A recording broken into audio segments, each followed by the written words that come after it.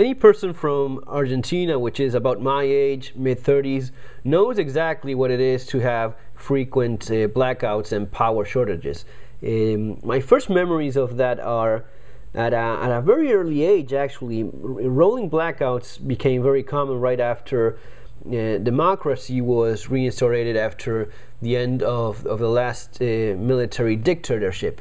With Alfonsín, along came hyperinflation and problems with power.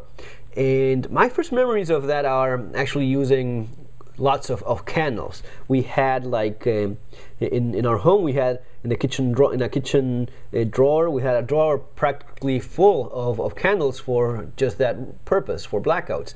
And power would go out for maybe a few hours, even a day or something like that.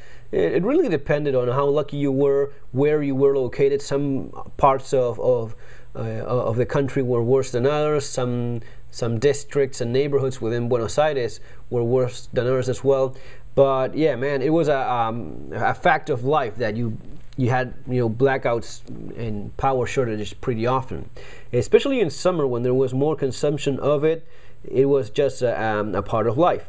And back in those days, and I'm feeling pretty old now, but back in those days you didn't have LED lights, so a flashlight, using a flashlight was a bit of a luxury. It would last, I mean, a good flashlight, even if you had it, it would just last a few minutes. It wouldn't last for hours on and on like we see now. The other choice was using some of those lanterns that use natural gas, but that was expensive as well, and you had to refill those. Again, it didn't last very long. It put out good light, but it wasn't the cheapest option. And the more practical, cheap stuff was just candles. So we had a few candle holders. I remember at least a couple of them made out of bronze. Just practical stuff, nothing too fancy. And if not, just using a small plate, just dropping a few drops of wax and putting the candle there and being careful so as to not burn everything up.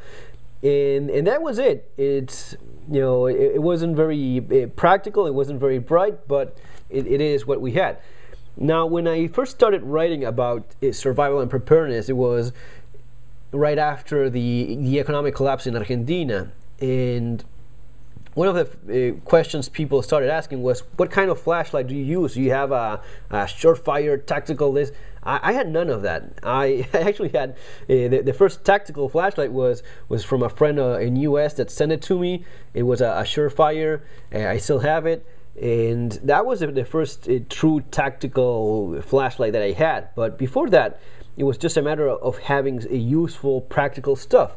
And one of the things that I learned right away was that a headlamp is definitely the most practical, useful flashlight you can have for preparedness. For disaster and emergency preparedness, the headlamp rules it all by a wide margin. Simply, why? Because it allows you to use both hands. It's I have actually another one here. It says like manos libres, hands free.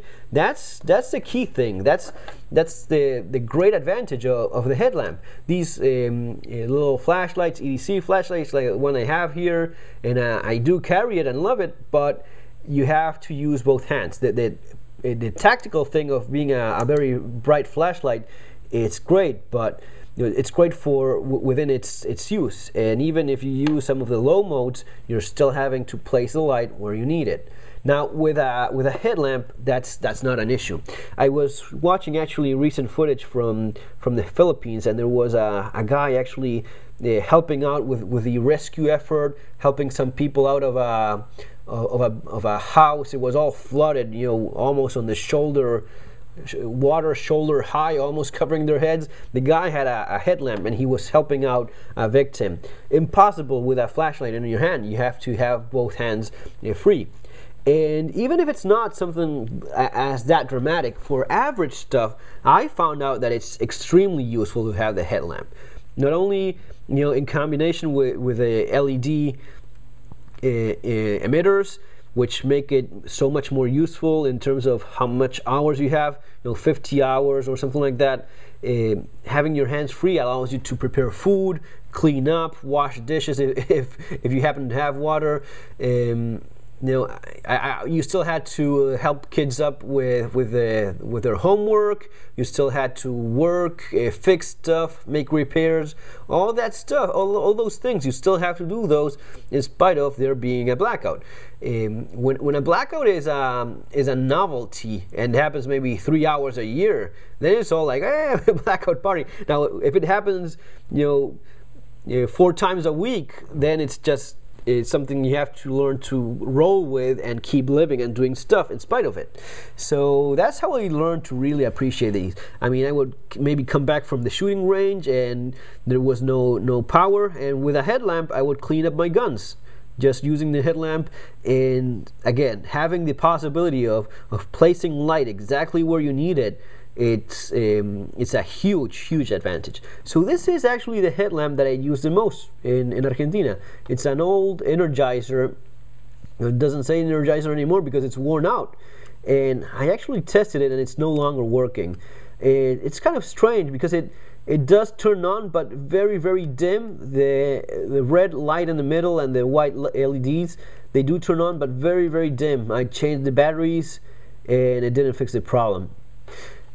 But yeah, absolutely, this is the one that I've used the most by a wide margin. It's cracked here, has a small crack there, and little chips. The foam pad where your forehead goes wore out completely. Actually, I was comparing it to this other one that I found, and this one is in much better shape. I don't know why it is, but it kind of rotted away. This one I found in a supermarket, and it's a very cheap version of this same light.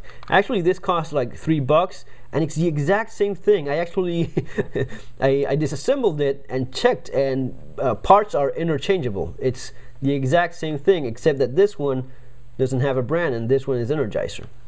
But yeah, this one wasn't cheap when I first got it, but it was so useful, so handy during blackouts that I ended up buying a spare one, and the spare one I still have. See, the batteries are to expire in 2015, so it is a few years old. Still managed to keep it in the original package. The first one I bought was a Petzl headlamp, and it was awfully expensive. It was one of the first LED lights.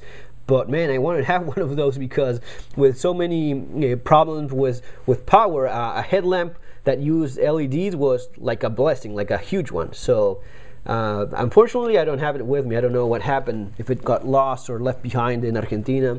Maybe it's still around somewhere. But I mean, no doubt whatsoever, the headlamp is the most practical, useful type of flashlight you can have for disaster and emergency preparedness. This is a little bit more of a nicer one. I actually did a video review of it. It's a Petzl Tika Plus 2. Has a very nice light. It's both a white, low, high, low, and has a strobe mode as well. And when you keep it pressed, it turns into red and red strobe. The red light is useful for when you when doing outdoors activity like hunting, or even if you don't want to make your position as visible. White light is very visible from a distance. Red light, not so much. So if you don't want to be that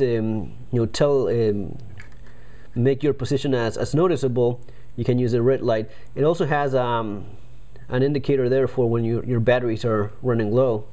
So this is like a good model. It's not extremely expensive or anything like that. It's still affordable, not as cheap as some of those, like this one. There's a no brand like this one, no brand headlamp, still similar to the Energizer, but more cheaper and supermarket brand instead. But the Petzl is, yeah, definitely some of the nicer ones you can have. So guys, that's it. Just a few thoughts on what's really practical during those moments when tactical flashlights are great and all, and EDC lights, little flashlights like these are great. But for when you really need to still get things done, and there's no power, no electricity, the headlamp is the king of flashlights. Guys, as always, remember to subscribe because there's more stuff coming up. Take care, have a great day, and see you in our next video.